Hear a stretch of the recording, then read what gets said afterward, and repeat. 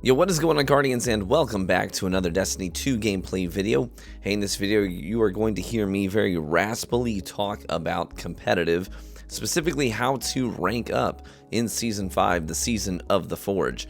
Now, I do apologize about my voice. I know it sounds pretty horrendous. It sounds like I've been smoking a pack a day. I sound like a freaking 40-year-old hooker. What do you want, toots? I apologize for that. I'm getting over a cold that I picked up from my brother's children at a Thanksgiving dinner. So I know actually for a fact that one of my subs is in his small group at church. So if you don't mind just laying on the guilt, be like, hey, the lack of TV uploads is because of you. So get your crap together, Chris. Anyways, neither here nor there. So I want to talk about comp, Season of the Forge, how to rank up, what's this season looking like, what's the meta like. And I really want to break down my tips. We'll talk about exotic armor, subclasses, weapon loadouts, etc. So first we're going to start with exotic armor. This plays a pretty crucial role in your build, in the way that you approach your engagements. So let's think about Titans first. Quite honestly, One-Eyed Mask is the thing. You want to have One-Eyed Mask.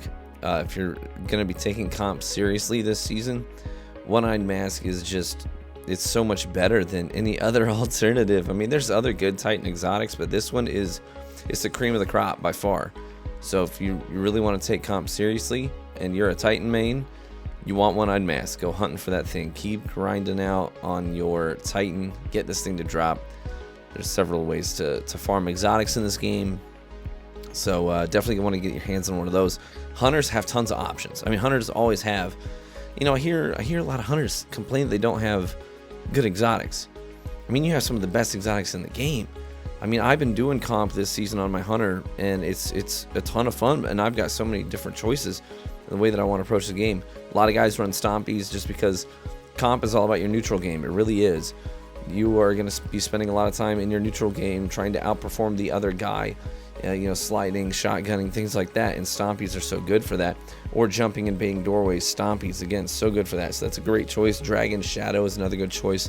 The Wraith Metal perk that you get when you do your dodge reloads both of your weapons, and then you get basically improved dexterity, reload speeds, etc. on your guns. It's so nice for comp neutral game. You know, I use this a lot in comp. Dragon Shadow, it's one of my go-tos.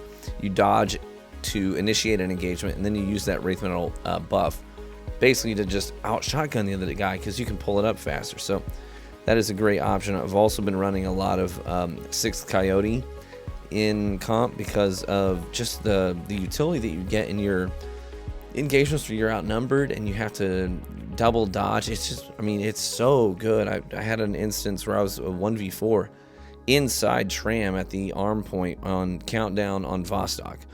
1v4 in the same room as a known team of competitive players, and I double dodged, and I have 4 Paragon mods. So I dodged once, had a third perspective view of the layout, got a kill, dodged again, got a kill, ran out and did a circle around it, and dodged in again to get a third kill as the guy was going for revive. I mean, it's so fun to use. 6 Coyote is a great choice. You've also got Shards of Galliner if you are running Blade Barrage, and you also have the Gwizzin Vest, which is currently bugged, and therefore a cheesy but really effective option as well. Warlocks don't really have a ton of great comp choices for exotic armor. Warlocks have a lot of exotic armor that's great for quick play, but not so much for comp. If you're in comp as a Warlock, I highly recommend Ophidian Aspects, just because of the neutral game edge that's going to give you with pulling up and readying your shotgun, or even your sniper rifle. Basically gives you just fantastic, like, enhanced dexterity on whatever weapon you have equipped, and increased reload speeds as well. So that is your best bet. If you're playing on Nova Warp, some people run Nezarac's Sin, but personally I think Ophidian Aspects is your best bet as a Warlock. So let's talk about weapons, weapon loadouts. We'll start with Kinetics. In your Kinetics slot, the #1 choice is the Dust Rock Blues shotgun. It has high impact, high range. It's highly farmable. You can pretty easily just spend few hours in a day farming and get a god rolled one of these things. It's really not that difficult to get your hands on one. You want accurized rounds, full choke. You want to throw on an Icarus mod on it. It is by far your best choice in comp, is to have an Icarus mod on your shotgun. and you're going to want to look for a range or handling masterwork. Those are your best 2 bets. Bygones is another good choice. The vendor version is pretty solid. It just depends on what your special weapon's going to be, or your energy weapon slot's going to be occupied by. Some guys will run Bygones as well. Duststruck, like I said, by far the more popular choice. Silicon Aroma is also, if you're going to be sniping, a great choice. Or Bite of the Fox. You really don't want more than 1 sniper on your team unless you have like 2 of the best snipers in the world on your team. So other than that, you're going to want maybe 1 sniper on your team. That person should be using Silicon or Bite of the Fox. In the energy slot, mainly Luna's Howl or Not Forgotten. Those are your best bets. I mean, I match at this point. I match exclusively teams running Not Forgotten. And there are very, very, very few exceptions to that. Every now and then you see Luna's Howl. But it's almost exclusively Luna and Not Forgotten. Some guys will use Telesto. It's a great choice. I know I hate playing against Telesto. I absolutely hate it. But it's a really good weapon. And a lot of guys choose to use that in comp. In comp, it's all about winning. You don't need to be a hipster in comp. I don't choose to be a hipster in comp. I want to help my team. I don't want to be a detriment. So I'm going to use what I need to use in order to compete in the competitive playlist. That's sort of the point of that environment. Mindbender's Ambition is one of the best shotguns in the game. It's in the energy slot. That one's also highly farmable, and a lot of guys will use that depending on what's in their kinetic slot. And if you're looking for a sniper rifle to use in your special ammo slot, or your energy slot, the Long Goodbye is a great choice if you get a good roll on it. If you've got a great roll, you get a snapshot roll on a Long Goodbye, oh my gosh, that thing is nasty. In the heavy slot, almost exclusively Wardcliff Coil. I know some guys are going to be running Colony because they're trying to get their multi-kills in comp. Colony, once you get into you get halfway through comp, Colony is darn near useless. You're a detriment to your team if you're picking up Colony ammo if you're that high in comp. You really want someone with Wardcliff Coil.